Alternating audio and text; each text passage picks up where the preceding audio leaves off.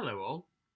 This week I'll be reviewing films with the theme of clowns.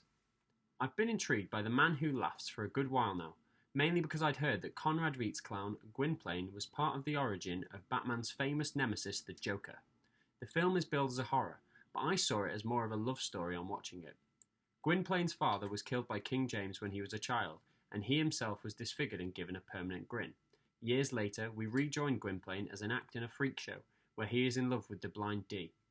The villain, Barkilphedro, discovers Gwynplaine as the rightful heir to vast amounts of wealth and separates Gwynplaine from Dee, his friends and the rest of his ordinary life. Victor Hugo wrote the source novel, and as with much of Hugo's work, it is a bit overwritten and characters meeting by chance plays a key role.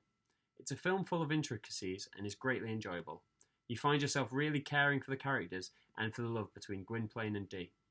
Like in Joker, the Todd Phillips film 90 years later, the affliction of Gwynplaine is sad because people don't understand him.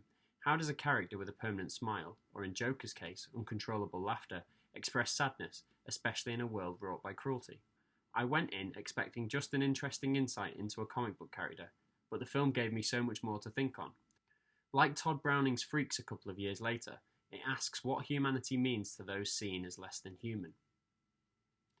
I am not a fan of horrors, but was recommended Terrifier, a horror in the vein of Halloween and Friday the 13th. Art the Clown is a genius creation, and the scares keep on coming even as the bodies pile up. In many horrors, once the killer is being seen, the look of the film changes to become less tense, less atmospheric, less jumpy, but I didn't feel that with this at all.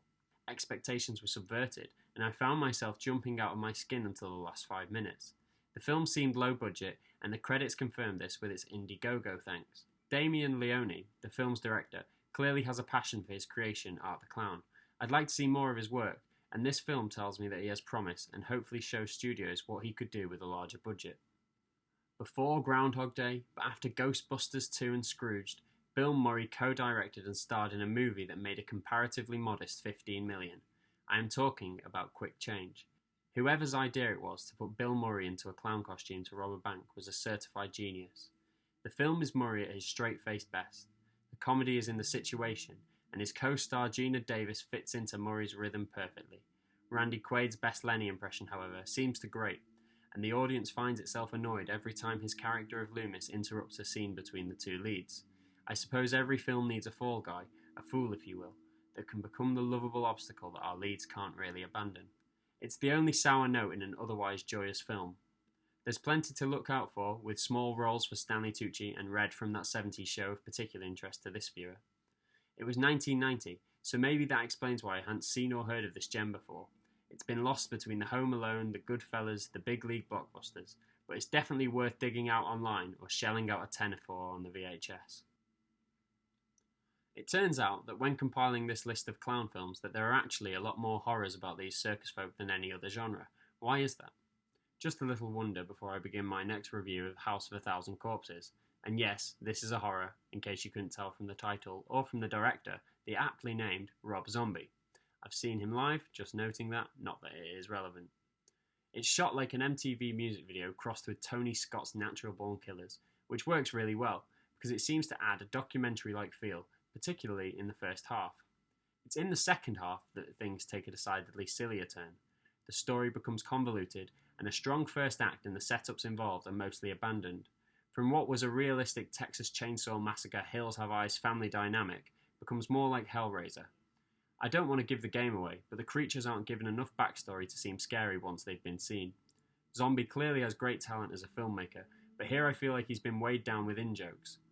That being said, it is very well shot, interesting from both a set perspective and completely different to many horrors I've seen before. I'm a little disappointed that Sid Haig, someone I thought the movie was mainly about, wasn't in it more. With Captain Spaulding, Haig lights up the scene and is the most interesting of all the characters involved. I look forward to The Devil's Reject and Three from Hell, the next two of the Firefly trilogy. I was recommended Killer Clowns from Outer Space at a party one time, and I think that maybe that atmosphere would have been perfect to watch this comedy horror film about a small American town that is invaded by clowns from outer space that kill. When paying close attention, you realise the film is pretty terrible. The scares are mediocre, the laughs few and far between. I can compliment the set and the costumes, but the film reminded me of the kind of student film that seems funny when you're talking about it, but then you get 90 minutes in and the rest of the class have started checking their phones. The title tune from the soundtrack is much more worth your time. Clearly the filmmakers don't take it too seriously, but there's maybe a drinking game that would make this far more enjoyable. In our next film, the comedy is tinged with a lot more melancholy for Limelight, the Charlie Chaplin story about an aging comic/clown who, down on his luck, saves a young dancer from death and instills in her a rekindling of her love of showbiz. It brings to mind Stan and Ollie from 2019 with hints of The Artist. As the dancer's career takes off, Calvero the clown, played by Chaplin, hits naught but speed bumps. The film is poignant. We see Chaplin's softer side, a knowledgeable performance by him that shows he knows that in different circumstances he too could be Calvero. I'm not sure why the film needed to be set during the First World War, maybe so Chaplin wouldn't have to write about the invention of talkies. Calvero mirrors his time, he's getting older, and so is the world of razzle-dazzle and theatre. Time enough for them to throw in the towel? Not quite, as with Chaplin's end sequence he shows that both have a lot more to give. Thanks for watching, give us a comment, a like, a subscribe, or don't, whatever.